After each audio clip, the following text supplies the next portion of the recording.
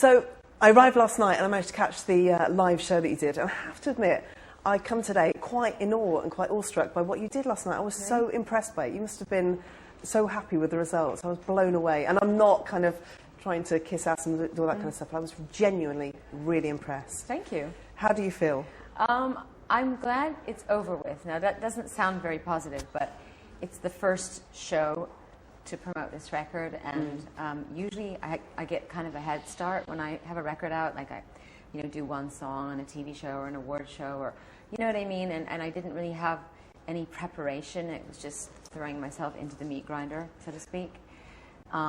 Working with lots of new people. I had a new musical director, a lot of new dancers, and it was a bit nerve-wracking. And I also didn't have enough time to rehearse. So I went out on stage thinking, oh God, I hope I can pull it all together. So you did? Yeah. What kind of preparations does it take then? How many people, what's the team of people, and what kind of rehearsals do you do? Well, there's the rehearsals that I have with my band. There's the rehearsals I have with the dancers. And then there's a lot of rear screen projection. So we put together all the footage. So I work with the various filmmakers and editors who are working on that. Then there's the lighting. Then we use laser lights for the first time. So we had to design the laser lights for Give It To Me. And then there is the stage itself. Wow. So a team of what, 70 people, would you say? Maybe more, kind of? Yeah, that sounds about right, yeah. That's about right. Yeah. Now, you're doing Radio 1's Big Weekend, which is in Maidstone in Kent. So the places that you're launching this album are... New York, Paris, and London, yeah. Okay, Maidstone, which is... I mean, everyone at Radio 1, absolutely I've never thrilled. been there before. Okay. Have you heard anything about it? I hear it's fun. Is it crazy? I've not been to Maidstone myself, but I've done the Radio 1 Big Weekends before. Oh, yeah. And it's you'll be performing in this amazing kind of tent. Or something, right? Yeah, but it's like the best carnival, the best circus that you'll ever go to. All right. So that'll be really good. Looking forward to it. Yeah, no, and I'd imagine the whole set is going to work. Is it going to be the same show that you've done in New York? There'll be a few changes, and of course I don't know if Justin's going to be there or not, so stay tuned. Maybe Pharrell will show up if I'm lucky. So how will you do it if Justin doesn't turn up? Well, I'll do 4 minutes without him, and then the video projection will be different, and the choreography will be different. But other than that, it'll be the same. Okay, so we'll get to see a virtual Pharrell, we'll get to see a virtual Justin if they don't show up. But who knows whether they'll be there. Fingers crossed. Okay, and the set is how long? How many songs do we get? It's 6 songs long, but it's about 40 minutes. Okay. Yeah. And how do you decide what songs you do? Because you do stuff from the new album and then choose some old ones. Well, obviously I wanted to do new stuff because I'm very excited about it. And I don't know. I feel like that's what people come to hear, the new stuff. But then I also want to do a little bit of my oldies but goodies. So how do you choose which old ones you do? I chose Hung Up because that was the biggest hit from my last record. And I chose Music because I just feel like it's a crowd pleaser, it's anthemic, it brings people together, and it's just fun and up. As much as you're a fan of somebody, it must be quite awkward when you're in a room and you're like, okay, so what do we do? And mark, get set, be best friends, yeah. It's a little bit awkward, that's a good word, yeah. You don't really know them and you feel a little bit nervous and intimidated about, do they, because I like to write on my guitar, but often if you play something on an acoustic guitar, it could sound rather folky, right? But that's not how you mean it to sound like once you put, a bass line and drums and stuff. So, there's that moment of embarrassment when you think, well, I'm going to play this for you, but it's not going to sound exactly like this. And you have to get over yourself and stop worrying about what people are going to think, or they're going to think you're corny or not like your lyrics. And Justin admitted to me the other day that he felt the same way. So everyone goes through that, because when you write music, you're really exposing something about yourself. And if you don't know somebody, you feel a little bit embarrassed. I remember, and one of the things I read was about Pharrell bringing his Mickey Mouse slippers. Was that for real? Yeah. Pharrell is for real. Yes. Yes. He had his little, sort of Lucky Charms. Oh, is that what it was? They were Lucky Charms. His lucky slippers. He says he can't write without them. Okay. Yeah. With Timbaland as well, I interviewed him, and I've interviewed people who've worked with him, and they've said, if you get there are two Timbalands. You get the really lovely Timbaland, then you get a different Timbaland who can be a bit spiky, and you only want him on the good day. Did you experience that? I experienced both. I experienced him being very jovial, communicative, and other times he just would come in and just put his headphones on and not speak to anyone. And you think, okay, well, he's in his own world, so we would be working with other musicians, and Justin and I would be writing words together, and then I didn't even think he'd be paying attention. Then he'd take off a headphone and go, no, and then he'd put his headphone back on, you know, or turn around and go like that. You know what I mean? So he's quite unique. You think he's not paying attention, and he is. But it's all there. Yeah. When you come to Mesa, are you bringing the children with you? Will you have your kids there? I'll probably bring Lola with me. Yeah, maybe Rocco.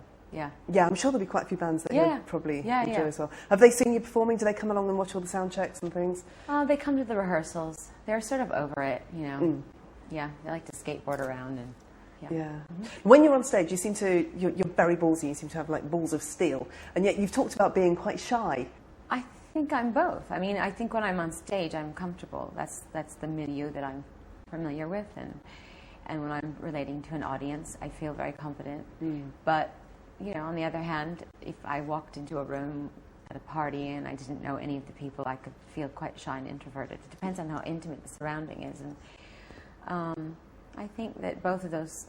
I think that people don't really ever expect that from performers, or a Leo, for instance. They think, oh yeah, you're really courageous and you don't ever get intimidated, but that's completely wrong. You do? What particularly intimidates you then? Is it kind of... not being, you know, not like coming into an unfamiliar environment and not knowing people and not knowing where I stand or who the people are. That would make me feel a little bit uncomfortable until I sort of get a vibe on everybody, yeah. I remember seeing you at a restaurant once, and because I'd interviewed you, I came over to speak to you thinking, it'll be fine.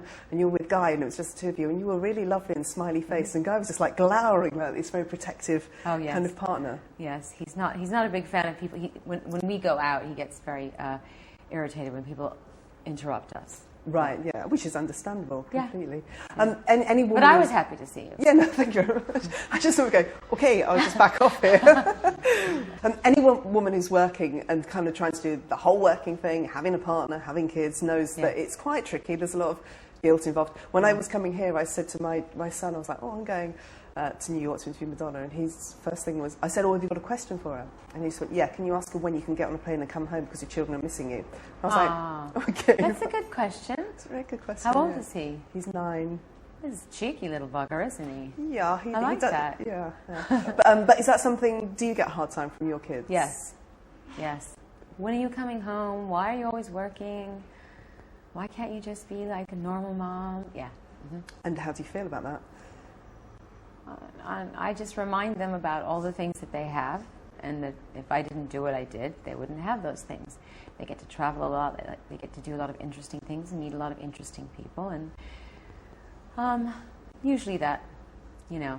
Shuts them up for a while. Yeah, shuts them up. And what about Guy? Is he quite needy at times? Do you get as your children are demanding of you and time but and stuff he's a man, like that? Of course. Aren't they all? There's other women who are doing similar kind of things of being performers in the public eye. There are quite a few people who've kind of publicly fallen apart at the moment. You know, if you think of Amy Winehouse, you think of Britney, people like that. Why do you think that you have held it together and you haven't particularly had that experience? I don't really know that much about Amy Winehouse. I know Britney a little bit, and I can say probably a lot of it has to do with the fact that she never was allowed to have a childhood. You know, she was a star when she was a child. She didn't, you know, get to grow up and make mistakes privately and try things out and just be a kid and be innocent. She's sort of been watched and judged and been under a microscope since she's a teenager, which I think is really tough. It's hard to evolve that way. So I would, you know, attribute a lot of it to that. I recently saw an interview with Debbie Harry, who I know you absolutely loved when you were growing up and kind of looked up to. And she was talking about ageism when you're in the music industry and how she fought sexism when she was growing up for ages, but then she suddenly meet this other beast. Is that something that you've had to deal with as well? Well, it's curious that they're a lot more interested in the age of women in the music business than they don't ever like mention, you know, the ages of people like Mick Jagger or whatever. You know, it's sort of so. Yeah, ageism towards women, I have found that to be kind of prevalent, but you seem try to get on with it and ignore it. Yeah. Again, I've just been struck by loads of people when I've said I was coming out to meet you. Just people just so much in awe, and kind of the whole spectrum of society as well. People just really admire what you do. So in terms of age-defying and going, kind of working out and keeping fit, what do you do? What's my fitness regime? Something like that. Well, I have a trainer, and I work out with her 6 days a week. And I have a room that I've created, and it's kind of like dance aerobics. We jump on trampolines. We do a bit of gymnastics. For how long? For 3 hours a day? No, 2 hours. Yeah, an hour and a half if I'm crushed for time. She's quite strict. But you get a day off? I do. Okay. And today's my day off. But it's not really a day off. There's no such thing as a day off anymore, is there? No. See you in Maidstone then for Radio 1's Big fantastic. Weekends. Great. Thank you.